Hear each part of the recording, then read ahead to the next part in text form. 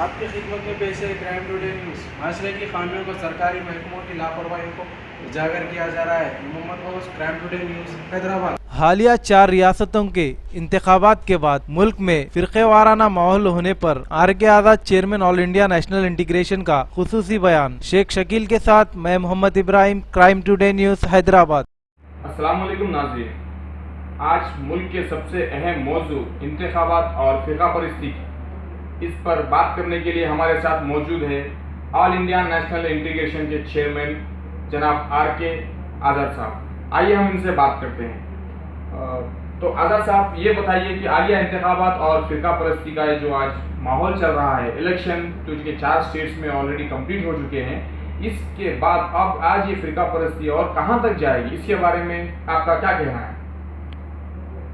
हमारा मुल्क सारी दुनिया में उसमें बड़ी जमहूरियत के तौर पर माना जाता है और हमारे मुल्क का दस्तूर ये कहता है, जिसको मशहूर और मारूफ शख्सियत बाबा अम्बेडकर ने बनाया था, यहाँ पे हर एक को अपने मजहब पे चलने की पूरी आज़ादी है और मुल्क के दस्तूर के तहत सबके साथ बराबर का इंसाफ होना चाहिए।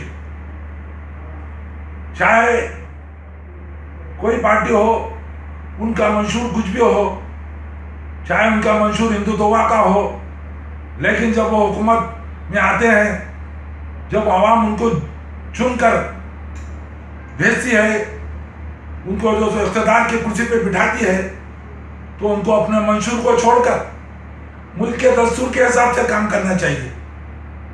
सारे मज़ाहिब के साथ बराबर का इंसाफ करना चाहिए, किसी के साथ नाइंसाफी नहीं होना चाहिए। और इस बात को मुल्क के साबिका प्राइम मिनिस्टर जनाब अटल बिहारी वाजपेयी ने भी कहा था अपने मातहतीन को कि आप जब इख्तिदार पे आ जाते हैं तो आपको राजधर्म का पूरा पास रखना चाहिए और सही काम करना चाहिए, इंसाफ को मद्देनजर रखना चाहिए। आप देखिए, हालिया 4 रियासतों के इलेक्शन के अख्तिताम के बाद सारे मुल्क की आवाम में बेचैनी है, सारे लोग फिक्र में है, क्योंकि एक जमात जिसको हिंदुत्व का जिसको अपना नज़्म-उल-ऐन उनका मंशूर में है, पता नहीं, तो वो लोगों के हाथ में इक़्तिदार आया है, तो सेकुलर फोर्सेस, गरीब लोग, अक़लियतें, दलितें, सारे लोग फिक्र उसमें लगे हुए हैं। और अब देखिए, अभी इलेक्शन होकर कुछ दिन हुए, नतीजे आए, अभी इक़्तिदार को पूरी तरह से संभाला भी नहीं। अभी सोशल मीडिया पे एक जो वीडियो वायरल हो रहा है, जिसमें बताया गया है कि गोरखपुर में खुद एक मस्जिद में कुछ शरपसंद फ़िरका परस्त घुस के आए और वहाँ पे 2 नमाज़ों को, मगरिब और असर की, वो इशा की नमाज़ों को तक होने नहीं दिया।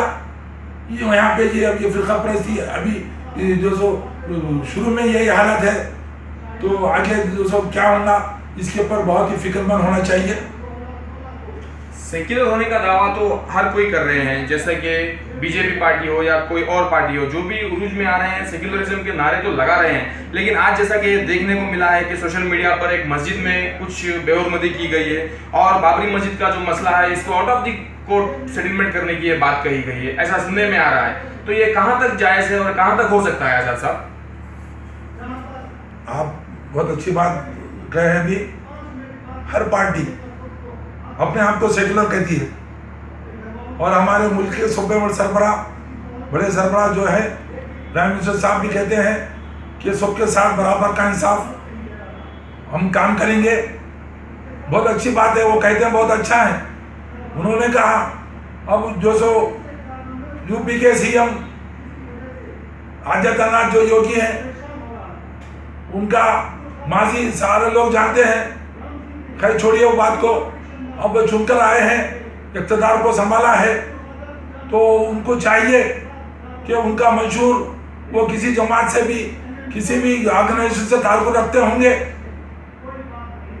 मगर अब जो उनके पार्टी का मंशूर या उनकी अपनी जमात को वाहनी है, उसका मंशूर, वो मंशूर को बाजू रख दे के हमारे मुल्क के दस्तूर पे काम करना पड़ेगा। जिस दस्तूर की कसम खाकर उन्होंने हल्फ लिया, जिस दस्तूर में यह खास तौर पर बताया गया कि सारे लोगों के साथ, सारे मज़ाहिब के साथ, सारे फ़िरक़ों के साथ बराबर का इंसाफ होना चाहिए, सारे मज़ाहिब के इबादतगाहों की पूरी हिफाजत होना चाहिए। और हमारे आज़ादी के बाद आप देखिए ये दस्तूर में खास तौर पे खुले तौर पर बता दिया गया और ये कानून भी पास किया गया कि जो इबादतगाह हैं जिस शक्ल में आज हैं वही शक्ल को कायम रखना पड़ेगा, उसमें कोई डिस्टर्ब नहीं कर सकते। जो मंदिर है, जो मस्जिद है, जो चर्च है या और कोई चीज़ है, वो जो थे आज़ादी से पहले का मामला अलग था, आज़ादी के बाद अब जो शक्ल में है उसी शक्ल में उनको बरकरार रखना पड़ेगा, उसको कोई छेड़ नहीं सकता। ये हमारे मुल्क का दस्तूर में खास तौर पे बता दिया गया। अब बाज़ लोग ये कह रहे हैं, जैसे देखिए आप अभी चार इलेक्शन हाल इलेक्शन होने के बाद जैसा दिख रहा है कि फ़िरक़ा परस्त को जो लगाम दी गई थी वो लगाम खुल गई है और वो अपनी ज़बान बेज़बान जो चाहे कह रहे हैं। कभी कोई कह रहे हैं कि वो राम मंदिर के जो बाबरी मस्जिद जो शहीद हुई थी उस मामले को कोर्ट से हटकर आउट ऑफ कोर्ट बैठकर बात करना चाहिए, जबकि ये कोशिश साबिक़ा में माजी में बहुत बार हो चुकी है। ये नहीं मानते, दो फरीक सामने का फरीक बिल्कुल हर तरफ है। एक फ़िरक़ा जो मुसलमान है, हम लोग इस चीज़ को बारह कोशिश करें मगर कामयाब नहीं हुए, क्योंकि हर धर्मी वहाँ पे है, कोई चीज़ मसावी बात करने के लिए तैयार नहीं है।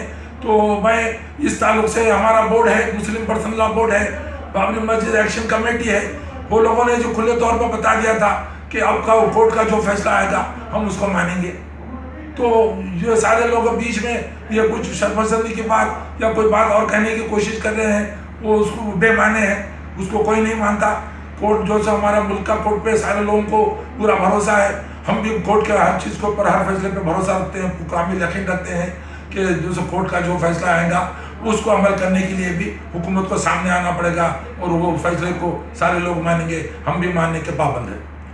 जैसा कि आपने बताया, इसमें दो चीज़ देखने को भी मिल रहे हैं। जैसा कि हुकूमत के दस्तूर कुछ और चीज़ है, जैसा कि हुकूमत के कोई दस्तूर होते हैं जिस पे हुकूमत को काम करना चाहिए, जो कि हर वो पार्टी, हर वो इंसान, हर वो मज़हब के लिए सबको एक नज़र से देखता है। तो यहाँ पे देखने को कुछ और आ रहा है, जैसे कि पार्टी के कुछ दस्तूर बने हुए हैं यहाँ पर, जो अपने आप को सेकुलर कहते हैं, लेकिन पार्टी अपना एक दस्तूर बना के चल रही है, लेकिन चलना तो हुकूमत के दस्तूर पे चाहिए। तो इसके बारे में आपका क्या कहना है अजहर साहब? बिल्कुल सही है। आज सारे हिंदुस्तान की जितनी जमातें हैं वो लोग यही की बात कर रहे हैं कि हम सेकुलर हैं, हम सबके साथ बराबर का इंसाफ करेंगे, सबके साथ बराबर इंसाफ करेंगे, सबके साथ एक ही काम करेंगे। अच्छी बात है, क्योंकि कई जमातें हैं सियासी यहाँ पे, वो लोगों का मंशूर अलग है, उस मंशूर में वो लोग चाहे कुछ भी लिख ले होंगे। हम जब हुकूमत आते हैं, वो इक़्तिदार में आते हैं, जब इक़्तिदार उनको सौंपते हैं लोग, अवाम यहाँ की सारी अवाम, इक़्तिदार सौंपने में कोई एक फ़िरक़ा नहीं रहता, सारे फ़िरक़े के लोग अपना वोट का इस्तेमाल करते हैं, उनको ये चुन के बताते हैं कि आप सारे लोगों के साथ इंसाफ करेंगे। तो मुल्क का दस्तूर जो है, हम उनको अपना पार्टी का मंशूर को बाजू रख देना चाहिए। मुल्क के दस्तूर पे वो कसम खाते हैं, मुल्क के दस्तूर पे वो हल्फ लेते हैं, मुल्क के दस्तूर पे चलने के लिए वो पूरी अपनी बात को कह के हल्फ लेते हैं कि मैं इख्तियार पे जो सबके साथ बराबर इंसाफ करूँगा, और दस्तूर में जो बात कही गई है, दस्तूर में जो सबके साथ इंसाफ की बात इंसाफ करूँगा, सारे लोगों के जो मज़ाहिब के अपनी बात हैं उनकी भी बराबर हिफाजत करूँगा, हर एक को अपने मज़हब पे चलने की पूरी आज़ादी है, उसकी बात को रखूँगा। तो ये मंशूर बाजू रख दीजिए। अभी और कुछ दिन देखने में आया, कुछ 2 रोज़ पहले की बात है, अभी लखनऊ में बीजेपी की जीत हुई है, वहाँ बीजेपी के जो उम्मीदवार है सीएम साहब, लेकिन सारे शहर में हिंदुवानी के झंडे लहरा रहे हैं। यानी पता नहीं कौन सी जमात इक़्तिदार में आ रही है और कौन सी जमात का क्या मंशूर है और कौन जो हुकूमत करने आ रहा है, हिंदुवानी का उम्मीदवार आ रहा है या बीजेपी का आ रहा है। ये सारी चीज़ें जो सारे लोगों में तशवीश का बात है, तो हुकूमत के दस्तूर के खिलाफ है, ये हुकूमत के दस्तूर से हटके है। देखिए, आप कोई अपने पार्टी के मंशूर पे चल नहीं सकता, और आपने हल्फ लिया था कि मैं दस्तूर के ऊपर ही काम करूंगा। मुल्क का दस्तूर मेरे लिए सर चश्मा है, मुल्क का दस्तूर मेरे लिए सब कुछ है। मैं जो भी हूँ, मेरी कोई हकीकत नहीं है, बल्कि मुल्क का दस्तूर अहम है। मैं किसी जमात से रखूँ, किसी फ़िरक़े से भी वास्ता रखूँ, मेरा कोई वहाँ पे अहमियत नहीं है। दस्तूर अहमियत है, और दस्तूर से हटकर अगर चलेंगे तो दस्तूर के खिलाफ है, उनका कोई मुकाम नहीं है, और ये दस्तूर के खिलाफ बात हो जाएगी। तो ये थे हमारे RK आज़ाद साहब, chairman all India national integration. तो जैसा कि आज़ाद साहब ने बताया कि आज यहाँ पे सोशल मीडिया पे जिस तरह से वायरल होते हुए वीडियोस देखने को मिल रहे हैं और जो सेक्युलर होने की जो दावे कर रहे हैं पार्टी लोग, ये लोग उस पर काम नहीं कर रहे हैं, अमल नहीं कर रहे हैं। और बाबरी मस्जिद का जो फैसला आउट ऑफ द कोर्ट करने की बात हुई है, ये भी ना काबिल नहीं हो सकता है। क्योंकि इस पे और एक टॉपिक ये बात करेंगे आज़ाद साहब, मंशूर और दस्तूर के टॉपिक पर। देखें मंशूर और दस्तूर के बारे में क्या कहना है आज़ाद साहब? देखिए साहब, आज सारे मुल्क के जमातें अभी इलेक्शन से पहले उन्होंने दस्तूर का लिहाज नहीं रखा। दस्तूर में जो अक़लियतों को, मुसलमानों को जितने हुकूक नहीं दिए उनको, आज़ादी के बाद सारे मुसलमान इतने पसमानदा हो गए कि उनका मौक़िफ़ ST SC BC से भी आखिरी मौक़िफ़ आ गया। कई कमेटियाँ यहाँ पे सर्वे किए, उन्होंने सर्वे में अपनी रिपोर्ट दी, सच्चर कमेटी ने दी और कमीशन था उन्होंने दी। सारे लोगों ने बता दिया कि मुसलमान आज़ादी के बाद इतने पसमानदा हो गए हैं हर लेवल पे, माशी तौर पे और तालीमी तौर पे, सारे तौर पे वो बिल्कुल उनका दर्जा सबसे आखिरी दर्जा हो गया। ये जो पोजीशन क्यों आया? इसलिए आया कि जो सारे पार्टियां खाली सेक्युलरिज्म की बात कर रहे हैं, सबके साथ इंसाफ की बात जो कर रहे हैं, उस पर अमल नहीं हो रहा है। सबके साथ इंसाफ करेंगे, सबके साथ बराबर बात करेंगे, सबका हक देंगे, सिर्फ एक कहने की बात चली, कहने में करने में बहुत फर्क है, अमल नहीं हुआ। ये एक ही बीजेपी नहीं, सारे साबिक़ा जमातें जो उन्होंने भी कोई काम नहीं किया मुसलमानों के लिए। जो दस्तूर में हक था उनको नहीं दिया, उनके माशी तौर पे उनको जो मुकाम देना चाहता नहीं दिया, तालीमी तौर पे जो देना था नहीं दिया। इसी वजह से आज मुसलमान मुल्क के सारे तबकों से भी आखिरी तबके के दर्जे पे आ चुका है। और हम ये नहीं कहते कि आप दूसरों शोबेदाबाजी करिए, टोपी पहनिए, इफ्तार का एहतमाम कर दीजिए साल को साल, और मुसलमानों के हमला होना का जो तमाशा कीजिए। ये तमाशा चलते आया है, ऐसे नहीं होना चाहिए। ये शोबेदाबाजी से मुसलमानों को और नुकसान हो रहा है। मैं तारीफ करूँगा तमिलनाडु हुकूमत की। तमिलनाडु हुकूमत पूरे हिंदुस्तान में आप मिसाल पेश कर सकते हैं। वहाँ के कायदीन, वहाँ की हुकूमत ने शोबेदाबाजी नहीं की, ढंढोरा नहीं पीटा, सरों पे कोई चीज़ डाल के शोबेदाबाजी नहीं की। सिर्फ बेहतरीन काम किया उन्होंने। दस्तूर में जो दिया गया था उनका हक मुसलमानों को देने के लिए बेहतरीन खामोशी से और हक बजाने और सही काम मुल्क के दस्तूर के तहत जो आता है वो काम किया। 12% तहफ़्फ़ुज़ात दे दिए। और दूसरी बात, आप देखिए पूरे मुल्क के रियासतों में सब रियासतों से हटके तमिलनाडु वो रियासत है जहाँ पे कम्युनल राइट, फ़िरक़ा वाराना तशद्दुद कम होते हैं। मुसलमानों को उनके हुकूक दे दिए गए, शोबेदाबाजी नहीं की गई, तमाशा नहीं किया गया। मैं ये चाह रहा हूँ, अब तक होगा बहुत शोबेदाबाजी होगी, नहीं चाहिए हमको शोबेदाबाजी, नहीं चाहिए टोपियाँ पहन के मुसलमानों को जो बदनाम करने का जो शोषा, आप ये शोषा करते हैं, सामने फ़िरक़ा परस्त जो उसका फ़ायदा पूरा उठाते हैं। तो ये चीज़ें हमको बिल्कुल नहीं चाहिए, बल्कि उनका हक दीजिए, उनके साथ इंसाफ कीजिए, उनको जो तहफ़्फ़ुज़ात दीजिए, उनकी माशी तौर पर उनको और ऊपर उठाने की बात कीजिए।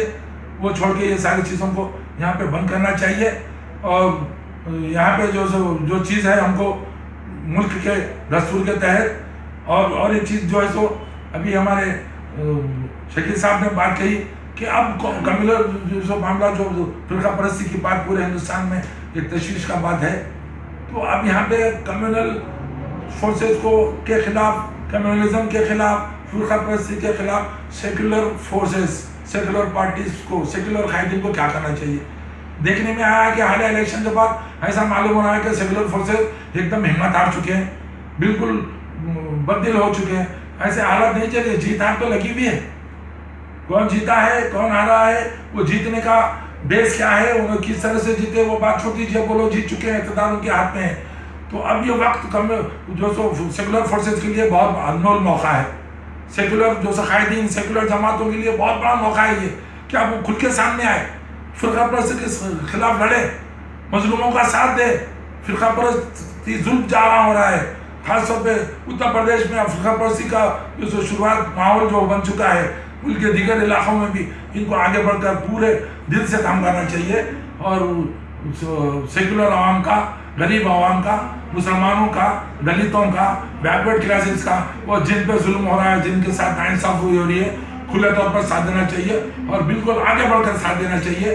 और आप ये काम करेंगे तो मुल्क भी हमारा बाकी रहेगा, क्योंकि हमारा मुल्क की बुनियाद, उसकी बेस जो सेक्युलरिज्म पे है। हमारा दस्तूर यही कहता है। आज सेक्युलर फोर्सेस आगे बढ़ेंगे और बेहतरीन काम करेंगे, फिरका परस्ती को कंडम करेंगे, तो ये जमातें जो फिरका परस्ती का माहौल बनाने की कोशिश कर रही हैं, वो लोग फेल हो जाएंगे और आने वाले दिनों में आप कामयाबी हासिल करेंगे। और यही कामयाबी में हमारे देश की एकता है, देश की तरक्की है और हमारा देश कायम रह सकता है। और देश हमारा पहले से भी ज़माने क़दीम से हिंदू, मुस्लिम, सिख, ईसाई इत्तेहाद पे कायम था और अभी भी उसी बेस पे कायम रहेगा। फिरका परस्ती इस देश को नुकसान पहुंचाएगी, इस देश को तोड़ देगी। तो मैं सेक्युलर फोर्सेस और सेक्युलर जमातों और सेक्युलर कायदे से पुरजोर अपील करता हूं कि वो बिल्कुल खुले तौर पर और सामने आ जाए और फिरका परस्ती के खिलाफ एकजुट होकर अपनी जो सो मुहिम को चलाने की कोशिश करें। जी हाँ, बहुत शुक्रिया आज़ाद साहब। ये थे हमारे आज़ाद साहब जिन्होंने फिरका परस्ती के बारे में बखूबी कहा है। आप देखते रहिए क्राइम टुडे न्यूज़। मैं शेख शकील, जज़ाकल्लाह। सच की तलाश का नाम क्राइम टुडे न्यूज़। मुझे इजाज़त दीजिए, मैं मोहम्मद गौस।